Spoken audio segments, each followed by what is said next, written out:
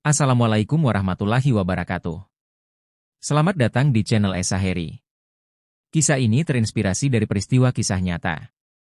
Nama tempat dan karakter dalam cerita ini telah diubah demi menjaga privasi semua pihak. Segala kesamaan dengan kejadian hanyalah kebetulan semata. Tonton sampai selesai agar tidak terjadi kesalahpahaman. Sebelum cerita ini dimulai, saya mohon keikhlasan kalian untuk like, komen, dan juga subscribe. Saya doakan semoga Anda sehat selalu, bahagia, dan dilancarkan rezekinya. Malam itu, angin berhembus lembut di beranda pesantren tempat Gus Ikdam biasa merenung selepas sholat Isya. Lampu minyak yang tergantung di sudut beranda berayun pelan, menciptakan bayangan yang menari di dinding. Ia memegang secarik surat yang baru saja diterimanya, undangan dari komunitas Islam Banyuwangi. Di dalamnya, tertulis permintaan agar ia memberikan ceramah tentang tauhid sekaligus membantu mengatasi masalah perdukunan yang tengah merajalela di sana. Gus Ikdam membaca surat itu dengan penuh perhatian. Banyuwangi, daerah yang dikenal dengan kisah-kisah mistis dan kekuatan gaib, menjadi tantangan besar bagi para pendakwah. Namun, Gus Ikdam yakin bahwa tugas dakwah adalah panggilan jiwa, apalagi jika itu menyangkut membersihkan akidah umat dari kesirikan. Meski hatinya sempat diliputi keraguan, ia memutuskan untuk menerima undangan tersebut. Di beranda itu, ia berdoa khusyuk, memohon kekuatan kepada Allah. Ya Rab, jadikan langkahku sebagai cahaya bagi mereka yang masih tersesat, gumamnya lirih. Ia tahu bahwa perjalanan ini tidak hanya membutuhkan ilmu, tapi juga keberanian dan tawakal yang penuh. Keesokan paginya, Gus Ikdam memulai perjalanan bersama Pak Umar, sopir sekaligus sahabat dekatnya yang sudah biasa menemaninya berdakwah. Mobil tua mereka melaju perlahan menyusuri jalan-jalan kecil yang mengarah ke Banyuwangi. Sepanjang perjalanan, Pak Umar mencoba mencairkan suasana dengan cerita-cerita ringan, tetapi hati Gus Ikdam tetap tak sepenuhnya tenang. Ketika mereka memasuki hutan lebat di perbatasan Banyuwangi, mobil mereka tiba-tiba mogok. Pak Umar keluar untuk memeriksa mesin, sementara Gus Ikdam duduk diam di kursi, membaca doa-doa perlindungan. Tiba-tiba, suara-suara aneh terdengar dari dalam hutan, seperti gumaman samar yang tidak bisa dimengerti. Daun-daun bergoyang meski angin tak terasa, menambah kesan seram. Pak Umar, sepertinya ada sesuatu yang tak biasa di tempat ini, ujar Gus Ikdam dengan tenang, meskipun hatinya berdegup kencang. Pak Umar hanya mengangguk sambil berusaha menghidupkan mesin mobil yang enggan menyala. Saat itu, mereka sadar bahwa perjalanan ini tak akan mudah. Setelah beberapa lama mencoba, akhirnya mobil mereka menyala kembali. Mereka melanjutkan perjalanan, meski suasana mencekam masih membayangi. Tak lama kemudian, mereka melihat sebuah masjid tua yang tampak berdiri di tengah hutan.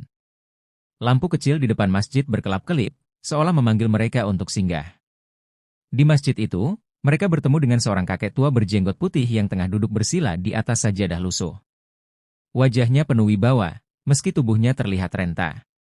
Gus Ikdam, sapa sang kakek, membuat Gus Ikdam terkejut karena ia belum pernah memperkenalkan dirinya. Kau datang ke tempat yang penuh ujian, nak. Perdukunan di Banyuwangi bukanlah perkara ringan. Mereka akan melawanmu dengan segala daya yang mereka miliki, kata kakek itu dengan suara berat. Kata-katanya menggantung di udara, menambah suasana misteri. Sebelum mereka pergi, sang kakek memberi mereka sebotol air dan berpesan, gunakan ini jika kau merasa dikepung kegelapan. Gus Ikdam hanya mengangguk, menyimpan pesan itu dalam hati. Di tempat lain, jauh di dalam hutan Banyuwangi, sekelompok dukun berkumpul di bawah cahaya remang obor. Mereka duduk melingkar di sekitar api unggun, menghadap seorang lelaki tua bernama Mbah Surya. Dengan tongkat kayu di tangannya, ia memimpin ritual penuh kesunyian yang hanya diisi dengan mantra-mantra halus yang melayang di udara. Kedatangan orang itu adalah ancaman bagi kita, ujar Mbah Surya sambil menatap tajam ke arah para pengikutnya. Ia membawa cahaya yang dapat memadamkan kekuatan kita. Kita harus menghentikannya sebelum ia sampai pada tujuan. Para dukun lainnya mengangguk setuju, wajah mereka penuh amarah dan kebencian.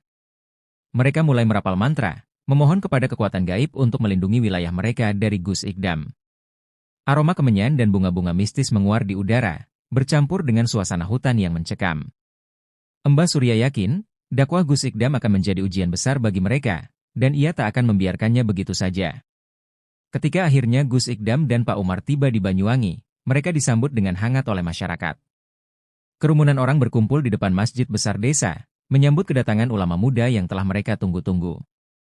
Senyuman ramah dan sapaan hangat membuat Gus Ikdam merasa diterima, meski hatinya tetap waspada.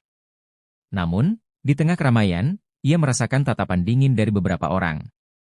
Di antara senyum dan sorak-sorai, ada mata-mata yang tampak mengawasi dengan intens.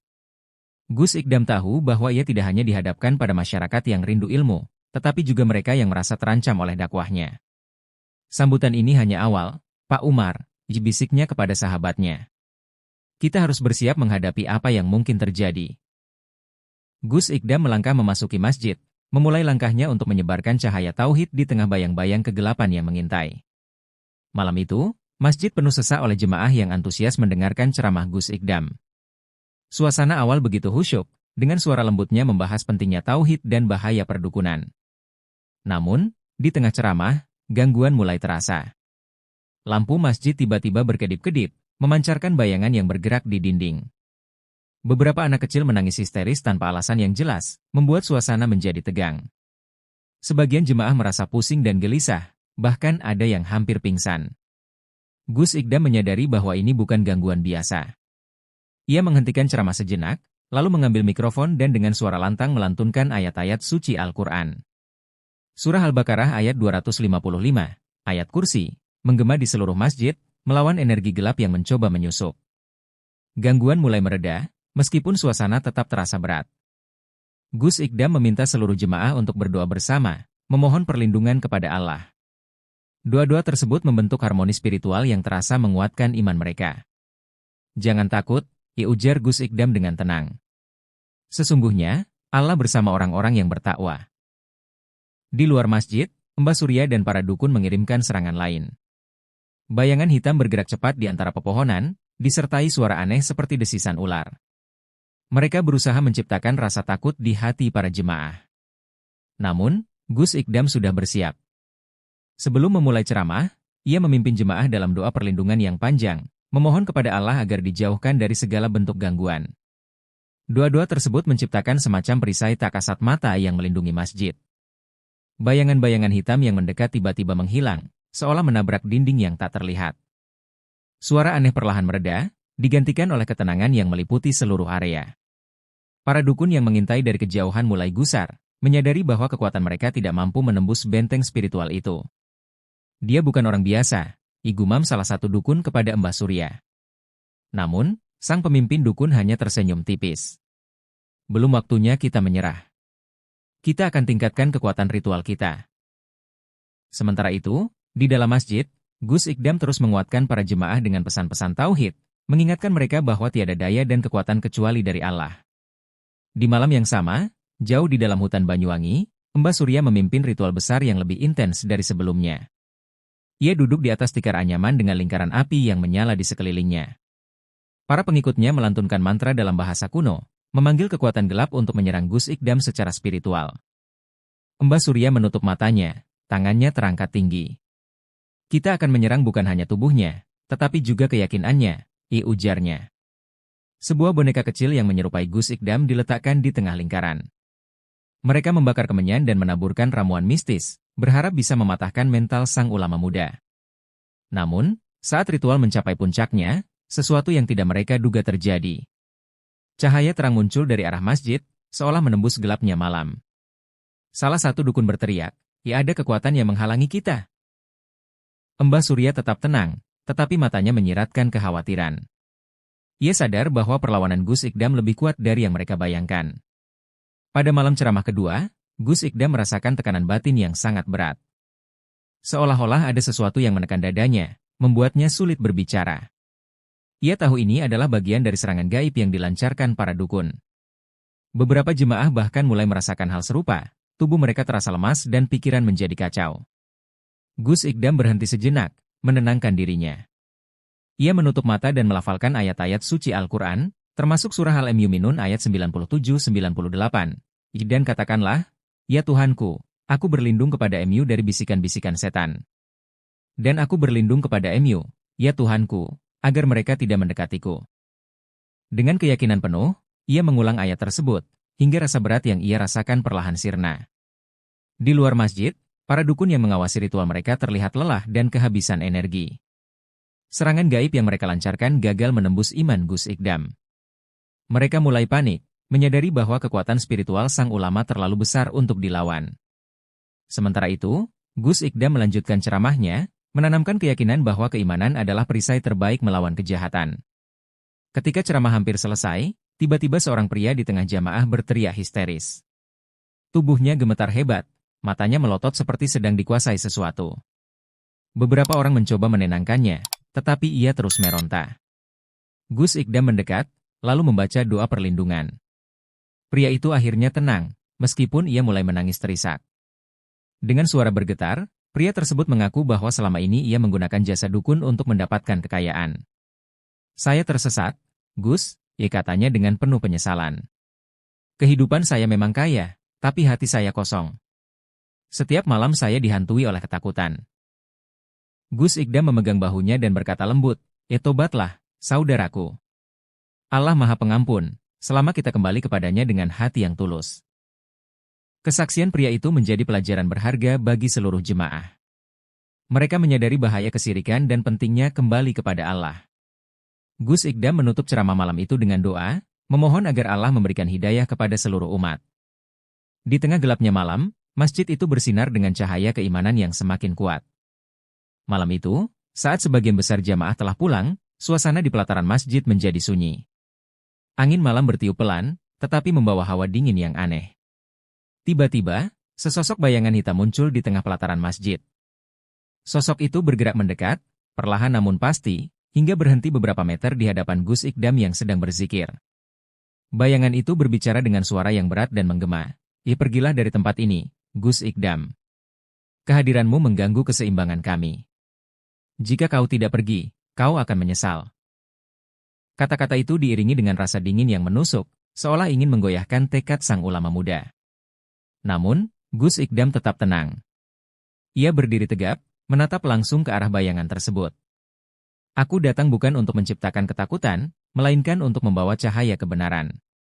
Tidak ada kekuatan yang lebih besar dari kekuasaan Allah.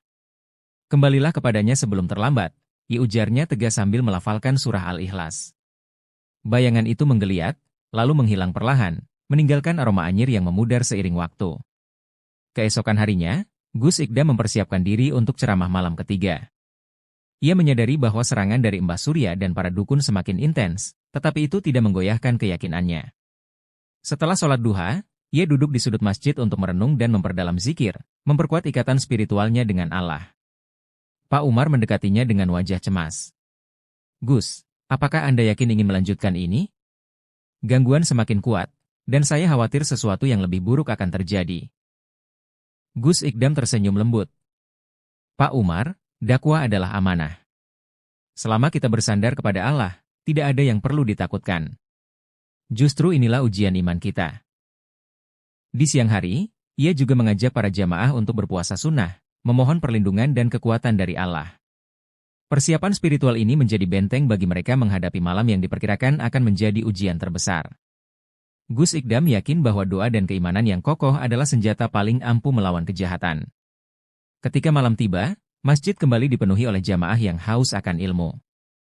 Namun, gangguan mulai terasa sejak awal ceramah. Angin kencang berhembus, menerpa pintu dan jendela masjid hingga berderak keras.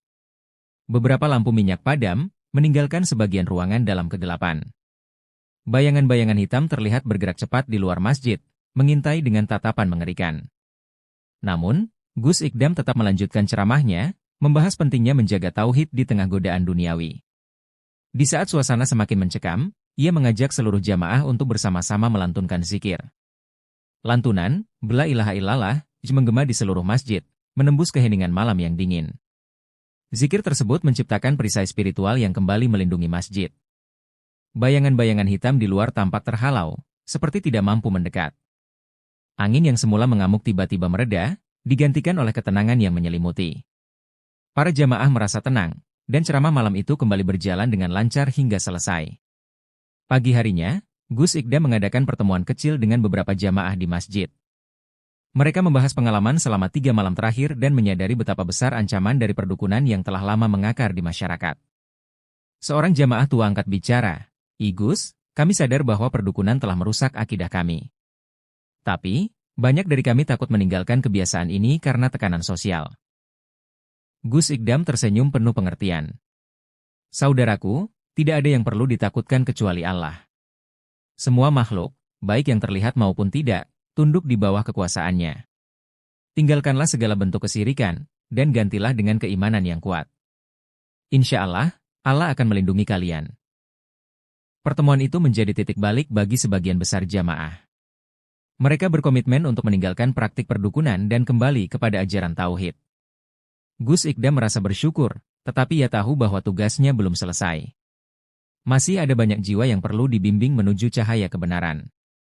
Saat sore menjelang, seorang pemuda dengan wajah kusut memasuki masjid. Tubuhnya kurus, dengan sorot mata yang penuh rasa bersalah. Ia mendekati Gus Ikdam dengan langkah ragu, lalu berlutut di hadapannya. "Gus, saya butuh bantuan Anda.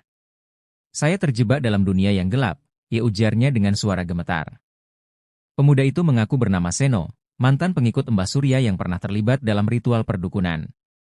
Ia bercerita tentang bagaimana ia tergiur kekayaan dan kekuasaan, tetapi akhirnya merasa hidupnya hampa dan dipenuhi ketakutan. "Saya ingin bertobat, Gus, tapi saya takut dikejar oleh mereka. Bisakah Allah masih menerima orang seperti saya?" Gus Ikdam meletakkan tangan di bahu Seno. "Pintu taubat selalu terbuka, Nak. Allah Maha Pengampun, selama kita tulus kembali kepadanya. Jangan takut pada mereka. Tak ada kekuatan yang lebih besar dari kekuatan Allah." Dengan penuh kesungguhan, Gus Ikdam memimpin Seno dalam doa taubat, mengajarkannya zikir dan doa perlindungan. Pertemuan itu menjadi awal baru bagi Seno untuk melangkah menuju kehidupan yang lebih baik. Di sebuah gubuk tua di tengah hutan Banyuwangi, Mbah Surya memimpin pertemuan terakhir dengan para pengikutnya.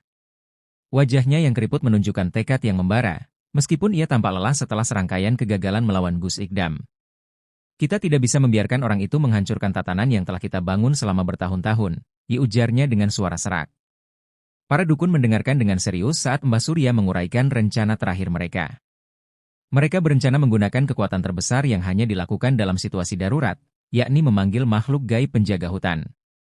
Ritual ini membutuhkan pengorbanan besar, termasuk darah hewan dan benda-benda pusaka yang dianggap sakral. "Ini adalah taruhan terakhir kita," dilanjutnya. Ketika malam semakin larut, para dukun mulai mempersiapkan diri. Mereka menggambar lingkaran besar di tanah dengan darah ayam hitam, menyalakan kemenyan, dan melantunkan mantra-mantra kuno.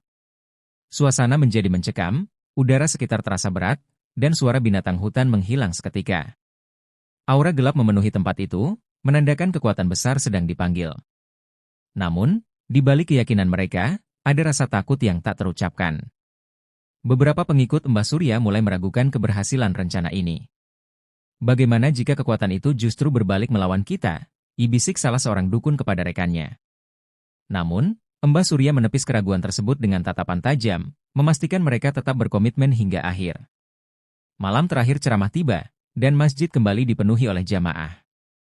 Namun, berbeda dengan malam-malam sebelumnya, gangguan terasa lebih kuat dan nyata. Angin kencang menerjang, membawa suara-suara aneh yang membuat sebagian jamaah merasa gelisah. Bayangan-bayangan hitam kini tidak hanya berada di luar, tetapi seolah menyusup ke dalam masjid, menciptakan bayangan bergerak di dinding. Gus Ikdam tetap tenang, meskipun ia merasakan tekanan spiritual yang luar biasa. Dengan penuh keyakinan, ia membuka ceramah dengan membaca surah Al-Falaq dan An-Nas, mengajak seluruh jamaah untuk ikut melafalkannya. Suara lantunan ayat-ayat Al-Quran menggema di dalam masjid, menciptakan suasana yang berbeda. Energi negatif yang semula terasa berat mulai memudar, tergantikan oleh aura ketenangan. Di tengah ceramahnya, gangguan semakin intens. Salah satu lampu gantung di masjid berayun kencang, hampir jatuh. Namun, Gus Ikdam melanjutkan ceramahnya tanpa gentar. "Ketahuilah, tiada daya dan kekuatan kecuali dari Allah. Tidak ada yang bisa menyentuh kita tanpa izinnya," ujarnya dengan tegas. Kata-kata itu memberi kekuatan kepada para jamaah, yang kini melantunkan zikir dengan lebih keras. Malam itu menjadi ujian terbesar bagi Gus Ikdam dan para jamaah. Meskipun gangguan tidak berhenti, keyakinan mereka tidak goyah. Gus Ikdam menutup ceramahnya dengan doa panjang, memohon kepada Allah untuk menghancurkan kekuatan jahat yang mengancam mereka. Doa tersebut menjadi puncak perlawanan spiritual di malam itu. Sementara Gus Ikdam dan jamaah berzikir di masjid, doa-doa mereka memantul hingga ke hutan tempat Mbah Surya dan para dukun melaksanakan ritual terakhir. Aura terang yang muncul dari zikir jamaah seolah mengusik kekuatan gelap yang sedang dipanggil. Lingkaran ritual yang semula dipenuhi energi gelap mulai retak, mengeluarkan suara seperti gemuruh halus. Mbah Surya terkejut melihat perubahan itu. Teruskan mantranya, teriaknya, namun para pengikutnya mulai goyah. Beberapa dukun bahkan merasakan sakit di tubuh mereka, seolah-olah ada kekuatan besar yang menghantam balik. Cahaya terang dari masjid semakin mendekat, menyeruak di tengah kegelapan hutan, menghancurkan segala energi negatif yang telah mereka kumpulkan. Makhluk gaib yang mereka panggil tak pernah muncul. Sebaliknya, ritual tersebut berbalik menyerang mereka. Angin kencang menerjang tempat itu, memadamkan api ritual dan menghancurkan benda-benda pusaka yang mereka gunakan. Satu persatu para dukun lari ketakutan, meninggalkan Mbah Surya yang masih berusaha mempertahankan ritusnya. Akhirnya, Mbah Surya pun terjatuh ke tanah, kelelahan dan kalah. Ia menyadari bahwa kekuatan yang dilawan adalah kekuatan yang datang dari Allah, sesuatu yang tak mungkin dikalahkan. Dengan penuh rasa putus asa, ia berteriak di tengah hutan yang kini kembali sunyi, tanda bahwa kekuatan gelap mereka telah runtuh. Kabar tentang kehancuran para dukun segera menyebar di masyarakat Banyuwangi. Banyak dari mereka yang mulai menyadari kesalahan mereka selama ini. Praktik perdukunan yang telah menjadi bagian dari kehidupan mereka perlahan mulai ditinggalkan. Mereka berbondong-bondong mendatangi masjid, memohon ampun kepada Allah dan meminta bimbingan dari Gus Ikdam. Gus Ikdam menyambut mereka dengan tangan terbuka. Tidak ada kata terlambat untuk kembali kepada Allah. Selama kita tulus bertobat, Dia akan mengampuni, ujarnya kepada mereka. Masjid yang sebelumnya hanya ramai pada waktu-waktu tertentu kini menjadi pusat kegiatan masyarakat. Mereka mengikuti kajian, sholat berjamaah, dan belajar lebih dalam tentang Islam. Pak Umar, yang sejak awal menemani Gus Ikdam, tersenyum melihat perubahan yang terjadi. Gus, perjuangan Anda membawa hasil yang luar biasa. Banyuwangi kini menjadi tempat yang lebih damai, katanya. Gus Ikdam hanya mengangguk. Semua ini adalah kehendak Allah.